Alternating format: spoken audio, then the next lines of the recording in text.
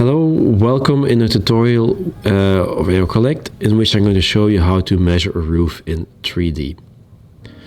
Here we are in our 3D model in AeroCollect, and I'm going to show you how to measure a roof. Okay, how does it work? Well, it's easiest if you work with a mouse, and then you can easily navigate around the building. If you use left click, then you can turn around, so left, right, up, down. You can go around the building. If you right click, you can translate left, right, up, down, so you can navigate around the building again. To zoom in, you can use either the little wheel on your mouse, or you use the slider on the right hand side of the screen. So up is zoom in, down is zoom out.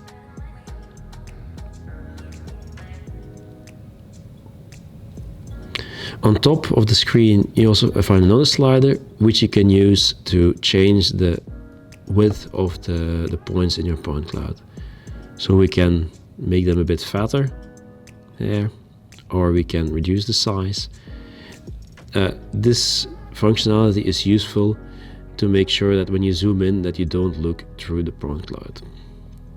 So we use 4.5 for our demonstration there.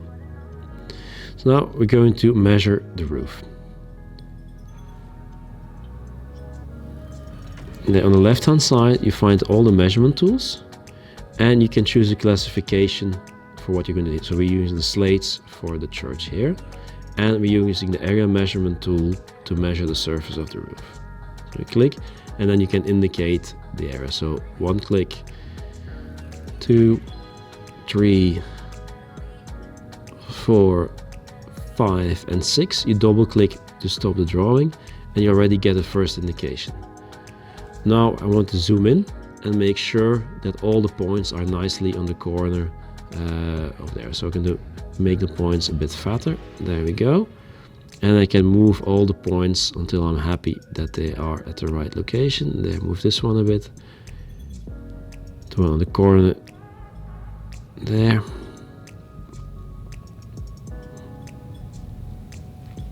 And this one really at the end, and the last one. And like that, we can see that this roof measures about 313 square meters. Yeah. So under the annotation, you can see a list of all the measurements you did, all the annotations you made, and for each of them, you can give them a name if you want. And you can choose if you show only show the surface measurement, you show the measurements around. That's the wrong one. This one's the right one. So only if you the square meters, the edges, or nothing. You can choose what you show. So we're going to hide it now, so I can show you some other tools. If you want to measure a roof that is rounded like this one, we're going to show you how to do it, and the easiest way to do it is to mark several segments. So we use the measurement tool again, and we're going to indicate a number of triangles.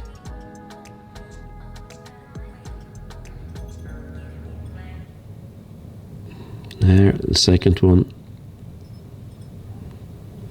And so you start clicking once. So 1 click for the next point, and double click to finish the triangle. And I'm going to do this for the whole area. Just quickly speed up the video. Don't worry about the numbers. You see that in the final report we will add them all together, so you don't have to start adding these surfaces manually. Next thing I want to show you is how you measure the slope of a roof. So you can move around a bit. For example, those two sides.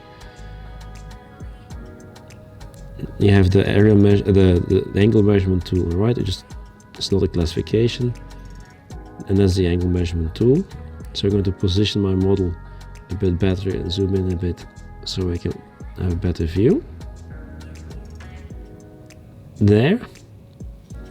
Select the angle measurement tool. I click one side, the ridge, and the gutter on the other side. There, double click to finish it. And you see, okay, I measured, let's say, by accident, I took a point on the ground. I move it until I'm happy. Just selected the edge, there we are. And we'll see that the angle is about 42, 43 degrees.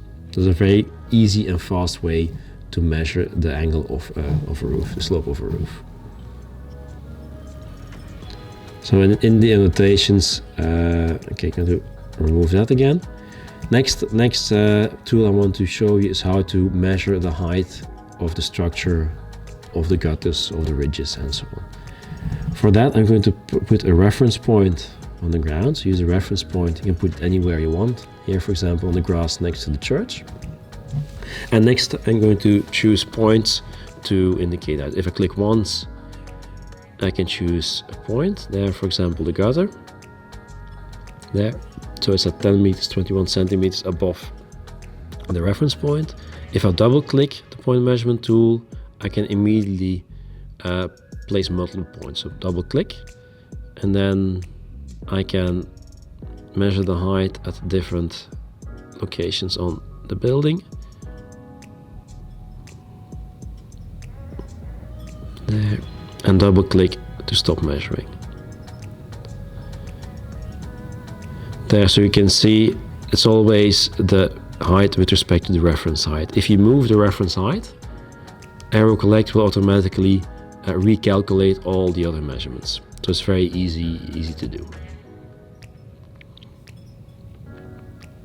So next thing you want to do is to add an annotation. For example, the name of a roof of one of the sides, or you want to add a defect or another indication.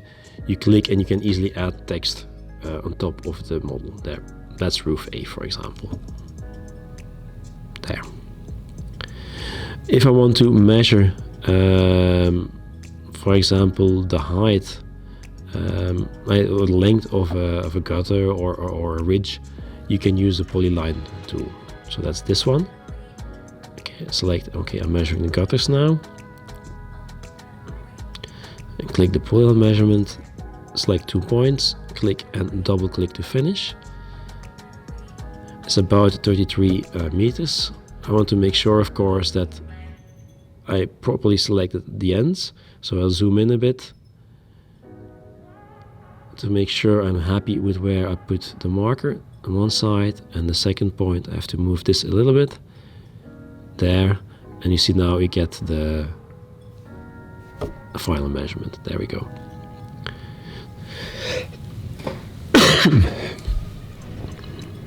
So that's the main measurement tools. Oh no, there's only one left, and that's the height measurement. This is a useful tool if you want to measure the height of a gutter. For example, to calculate how much scaffolding you need for a certain facade. Okay, click on the tool, select 1 point on the ground and the point you want to measure, and you can immediately get the height perpendicular to the ground here. So here you see it's 10.17 centimeters. It corresponds well to that one. The ground might be sloping a bit there. We might not exactly select the same height on the gutter, but you see it corresponds very well. There. So we perform the flight, so we can measure the building, but with the same data set you can also prepare your job.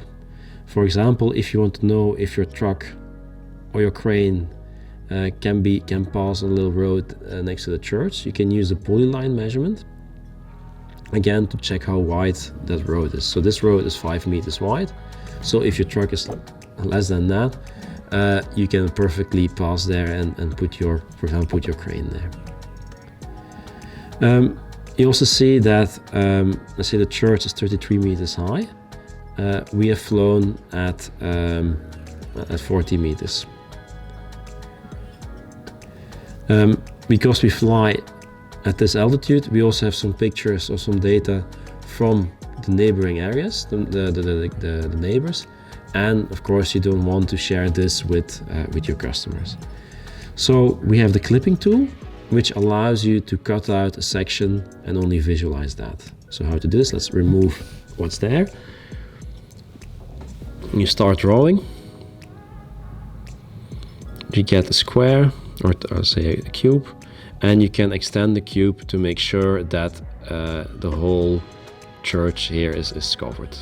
A bit longer.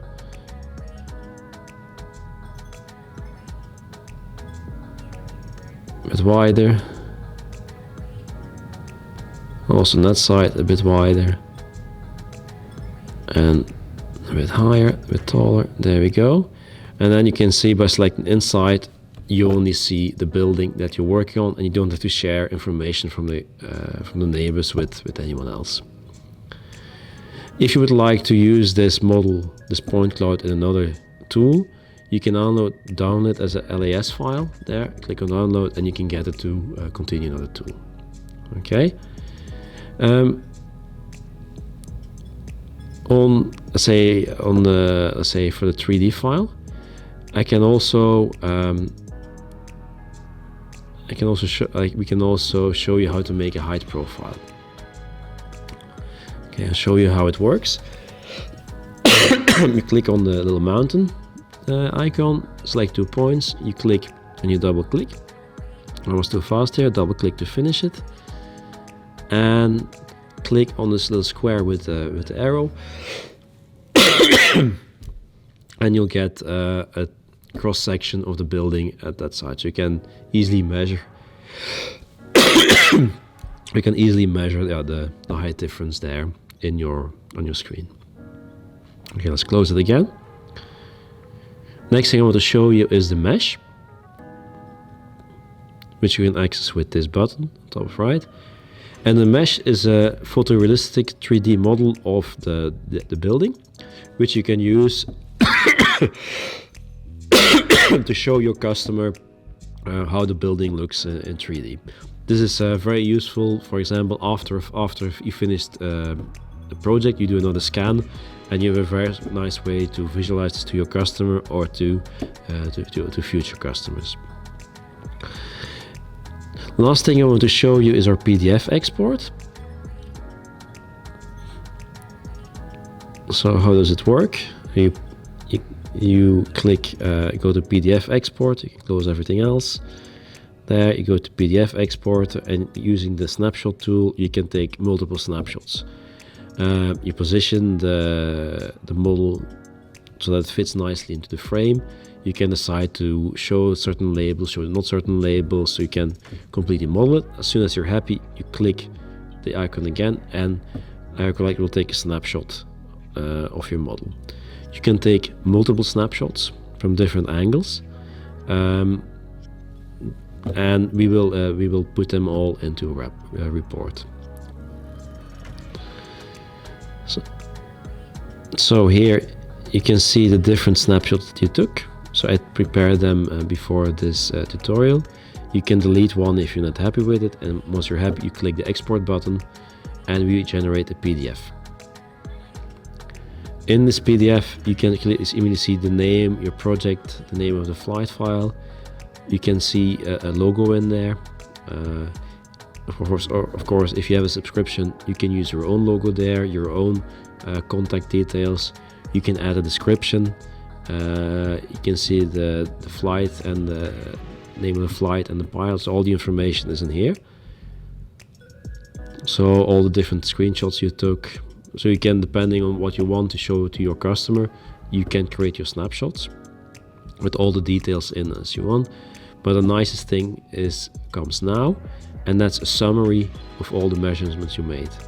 So for all the gutters, the ridges, the slates, we make a sum so you can easily make a quotation based on this. For example, we see that for the gutters you need 115 meters.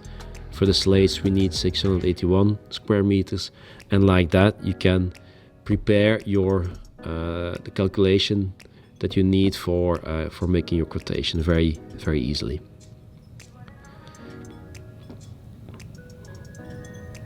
and so on. You can do it for all the aspects that you need.